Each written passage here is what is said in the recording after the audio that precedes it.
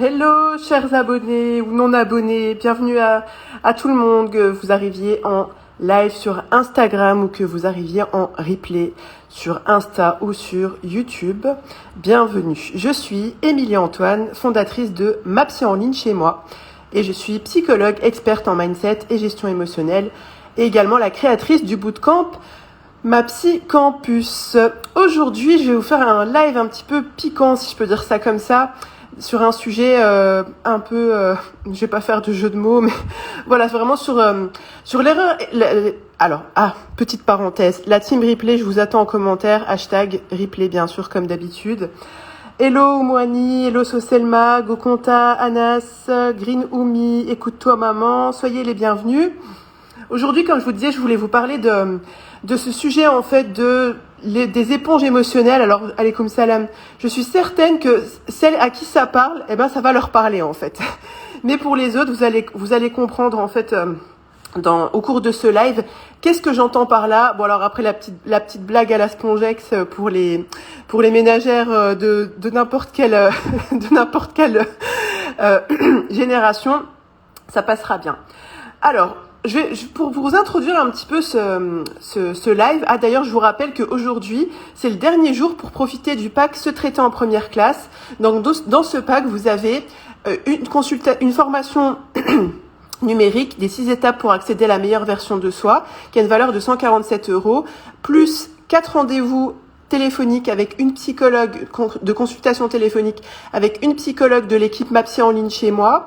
Donc ces 4 rendez-vous-là, ils ont une valeur de 236 € et on vous propose encore pour aujourd'hui le pack Se traiter en première classe. Donc évidemment pour commencer ou continuer de vous traiter en première classe à 279 € au lieu de 383 €. Donc vous avez le lien en bio sur Instagram et je vous le mettrai aussi en légende sur YouTube. Vous pouvez également régler votre pack en plusieurs fois. Il vous suffit de contacter notre assistante Julie sur WhatsApp par message au 07 81 11 64 11.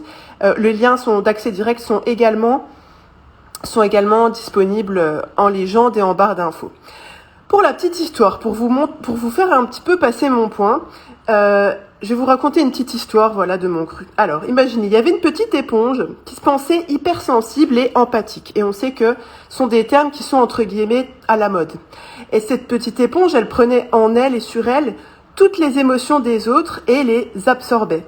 Comme si elle était une éponge qui se gonflait des émotions des autres. Elle se sentait souvent du coup épuisée et stressée. Elle se sentait désespérée car elle pensait que c'était son empathie qui créait cela. Retenez bien ça, c'est important pour la suite.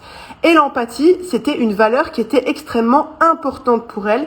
Elle ne voulait absolument pas renoncer à là. Donc là, vous voyez bien que c'est un cercle sans fin, puisque d'un côté, cette petite éponge souffre de ce qu'elle pense être l'hypersensibilité et l'empathie, et de l'autre, plus ou moins consciemment, elle veut pas y renoncer parce que c'est une valeur qui est extrêmement importante pour elle. Et la vérité, si je puis dire, c'est que être envahi par les émotions des autres, ce n'est pas de l'empathie. C'est pour ça que je vous disais que ça allait être un live qui allait piquer un peu, parce que dire ça, je sais que pour beaucoup de personnes, ça remet en question beaucoup de choses. Mais vous allez voir au fur et à mesure du live, vous allez comprendre. Et du coup, le problème n'était pas là. L'empathie, retenez bien ça, l'empathie, en fait, c'est la capacité à imaginer, à se représenter intellectuellement ce qu'une personne traverse. En fait, c'est une compétence qui relève de l'intelligence émotionnelle, d'accord ? Donc, on est d'accord que si on parle d'une compétence et qu'en plus on parle d'intelligence, vous serez d'accord avec moi pour dire que c'est pas vraiment logique d'en souffrir en fait, d'accord ? Dites-moi en commentaire qu'est-ce que ça vous évoque. Autrement dit, si on parle d'une compétence et qu'en plus on parle d'intelligence, on est d'accord pour dire que ce n'est pas logiquement, c'est pas censé nous faire souffrir, ok ? Et si la petite éponge, elle est transpercée dans son corps et dans son âme par les émotions des autres, c'est le signe qu'il y a en quelque sorte, il n'y a plus de délimitation, si je puis dire, de distinction entre elle et autrui. Alors pour la petite blague du jour, je suis pas en train de vous parler d'une fusion à la Dragon Ball Z, ok, mais plus sur le plan symbolique, d'accord ? Donc autrement dit, retenez que l'empathie, c'est un phénomène neurologique et psychologique qui implique un processus qui est intellectuel, d'accord ?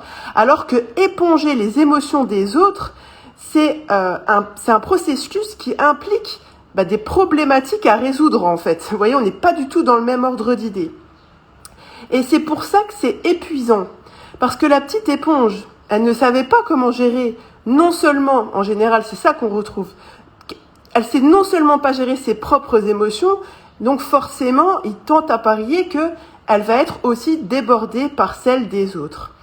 Et c'était hyper stressant pour la petite éponge parce qu'elle pensait, plus ou moins consciemment, qu'elle se devait de régler les problèmes des autres, qu'elle avait cette responsabilité. Et vous voyez que ça n'a rien à voir, ça peut avoir en tout cas, avec le fait d'avoir de l'empathie au sens premier du terme.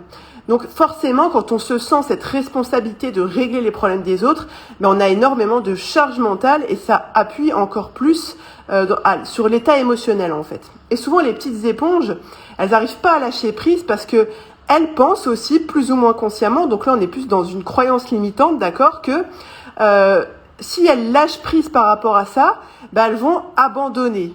Elles vont abandonner les autres et encore une fois, ça ne rentre pas dans leurs valeurs. Il y a des croyances limitantes comme ça, des petits trucs à switcher, si je puis dire, pour pouvoir accepter d'aborder un autre fonctionnement. Parce que reconnaître que ça nous fait souffrir, c'est une chose. Accepter de remplacer ce fonctionnement-là par un autre, tout en étant toujours OK avec ses valeurs, comme je vous disais tout à l'heure, la valeur de l'empathie, le fait de vouloir être là pour son prochain, l'altruisme, etc. Il faut pouvoir que ce soit bien calé. Est-ce que éponger, c'est plutôt de la sympathie? Oui, je dirais ça, oui, ce Selma. Et du coup, qu'est-ce qu'elle a besoin de faire, cette petite éponge? Cette petite éponge, en fait, elle a besoin de redéfinir sa place dans le monde. Parce que souvent, il y a un travail à faire du côté de l'identité, si je peux dire ça comme ça. Donc, partant de là, une fois qu'on a redéfini sa place dans le monde et comment on veut être vis-à-vis de son prochain, si je puis dire, quand on a défini ça, on peut se concentrer sur soi pour être justement plus épanouie, plus confiante. Petite éponge, elle a besoin de travailler sur sa zone de responsabilisation véritable. Donc quand je vous parle de responsabilisation, je ne vous parle pas de culpabilité, parce que ça c'est extrêmement répandu comme erreur de positionnement vis-à-vis des autres et des responsabilités, c'est qu'on confond, et c'est vrai que la langue française, elle nous aide pas, si je puis dire, sur ça, se sentir coupable et avoir une posture responsable. Moi, je dis plutôt être une femme responsable, dans le sens où voilà, on a une posture de responsabilité. Et souvent, les petites éponges, elles ont besoin de retravailler justement sur leur zone de responsabilité véritable pour qu'elles puissent mieux gérer leurs émotions. On commence par soi-même, à définir en fait ses propres ses vraies responsabilités, si je peux dire ça comme ça, pour éviter aussi de mettre les autres dans une posture d'infantilisation, de frustration, etc. Parce que souvent, quand ça se produit, après j'entends « Oui, mais moi j'étais toujours là pour elle, et puis elle, excusez-moi du terme, elle m'a fait caca dans la main, etc. » et tout. C'est parce que souvent, on prend des responsabilités, on nous a rien demandé, on agit, et après, entre guillemets, on en paye les pots cassés. Et je pense aussi que les petites éponges, si je puis dire, elles ont besoin de se réapproprier leur légitimité à être. Partant de là, elles ne se sentiront plus la lourde tâche de sauver tout le monde. Il y a vraiment un travail à faire souvent quand on est... Alors, vous avez vu, j'ai mis l'énorme erreur des éponges émotionnelles, mais vous voyez qu'il y en a plusieurs, en fait, et qu'il y a des axes de travail... après, je dis pas que ce sont des axes de travail qui sont systématiques pour toutes les personnes qui sont victimes, si je puis dire, voilà, en tout cas qui souffrent de l'épongeage. Je ne sais pas si ce mot est français, émotionnel, mais en tout cas, c'est souvent les problématiques qui reviennent en fait le plus. Voilà, je vous ai parlé un peu de l'énorme erreur des éponges émotionnelles, donc de confondre en fait l'empathie avec le fait de fusionner en fait avec les émotions des autres, et ce pourquoi on est amené à fusionner les trois blocages courants en fait qui font qu'on est amené à fusionner avec les émotions des autres.